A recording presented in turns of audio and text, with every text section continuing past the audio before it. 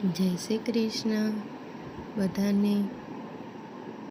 નૈમિષારણ્ય મધ્યે બિરાજેલા સૂત પુરાણજી કહી રહ્યા છે, હે મુનિવર્યો, પૂર્વજન્મનું વૃત્તાંત સાંભળીને જેની તમામ શંકાઓ દૂર થઈ છે એવો રાજા દૃષ્ટ ધનવાળું વાલ્મીકીને પૂછવા લાગ્યો, હે મહર્ષિ, આપ કહો છો કે મેં પૂર્વજન્મમાં આ પવિત્ર વ્રત કર્યું હતું, પરંતુ મુજ અજ્ઞાનીના આ જન્મ આ પવિત્ર વ્રત યાદ નથી.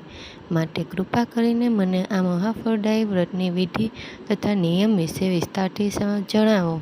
ત્યારે મહર્ષિ વાલ્મીકી બોલ્યા, હે રાજન, વ્રતોમાં ઉત્તમ એવા પાવન પુરુષોત્તમ માસના પવિત્ર વ્રત વિધિ વિશે હું વિસ્તારથી જણાવું છું, એ તું એકાગ્ર ચિત્તે સાંભળ.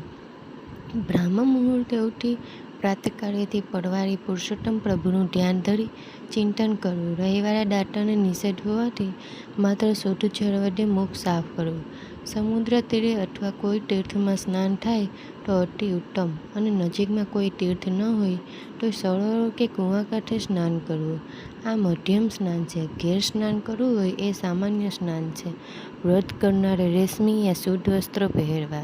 શિખાબંધન કરી દર્ભની પવિત્ર પહેરીને આચમન કરવું. કપાળમાં ગોપીચંદન કે ચરણામૃતનું ચંદન ઉદરપુંડમાં કરવું, કારણ કે શાસ્ત્રમાં જણાવ્યા પ્રમાણે ઉર્ધ્વપુંડમાં લક્ષ્મી સહિત ભગવાન વિષ્ણુ અને ત્રિપુંડમાં પાર્વતી સહિત શિવજી વાસ કરે છે. ત્યારબાદ ભગવાન વિષ્ણુના ચારેય આયુધો શંખ, ચક્ર, ગદા અને પદ્મ ધારણ કરવા. તેનાથી પાપોનો ક્ષય થાય છે. હે રાજન, ત્યારબાદ આ પ્રાણાયામ કરી સંધ્યા કરવી, જપ કરવા, સૂર્યને નમસ્કાર કરી ગાયત્રી મંત્રનું ધ્યાન ધરવું. આ બધી વિધિ પ્રાતકાળની છે. આ બધું કર્યા પછી પાવન પુરુષોત્તમ પ્રભુનું પૂજાનો પ્રારંભ કરવો. જે આસન કરવાનું હોય ત્યાં છાણનું લીપન કરી ચતુષ્કોણ મંડળ બનાવવું. તેના પર અક્ષતનું હસ્તદળ બનાવવું. તેના પર સોનાનો, રૂપાનો, તાંબાનો કે માટીનો છિદ્ર વગરનો કળશ સ્થાપિત કરવો.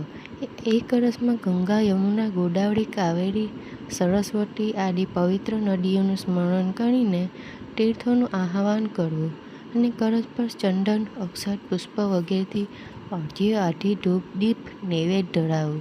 પછી તેના પર ત્રાંબાનું તણભાણું ઢાંકી પીતાંબરધારી પુરુષોત્તમ પ્રભુની સોનાની મૂર્તિની સ્થાપના કરવી અને તેની પૂર્ણ શ્રદ્ધા ભક્તિભાવે પૂજા કરવી.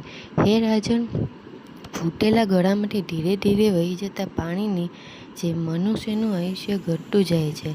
લક્ષ્મી પણ સમુદ્રની લહેરની જેમ આવીને પાછી ચાલી જાય છે. યુવાનીના ફૂલને કણમાતા જરા પણ વાર નથી લાગતી. માયાના મોહક દિશતા પદાર્થો પણ પાણીના પરપોટા જેવા નાશવંત છે. ધન, યૌવન અને જીવન ચલાયમાન છે. તેથી ધર્મ પાલનમાં મનુષ્યએ ઉદાર બનવું, પોતાનો આત્માનો મોક્ષ સ્વયં કરવો. જેમ સાપના મુખમાંથી અડધો ગળાયેલો દેડકો મૃત્યુ સમયે પણ પાસે ઉડતા મચ્છરને મારવાની ઈચ્છા રાખે છે, તેમ કાળના મુખમાં ફસાયેલા જીવ માયારૂપી પદાર્થોને પ્રાપ્ત કરવાની આશા રાખે છે. પોતાના ક્ષણિક સુખ માટે બીજા જીવોને દુઃખ આપતા જરાય ખચકાતો નથી. ધન અને ધર્મને સાથે રાખવા કઠિન છે.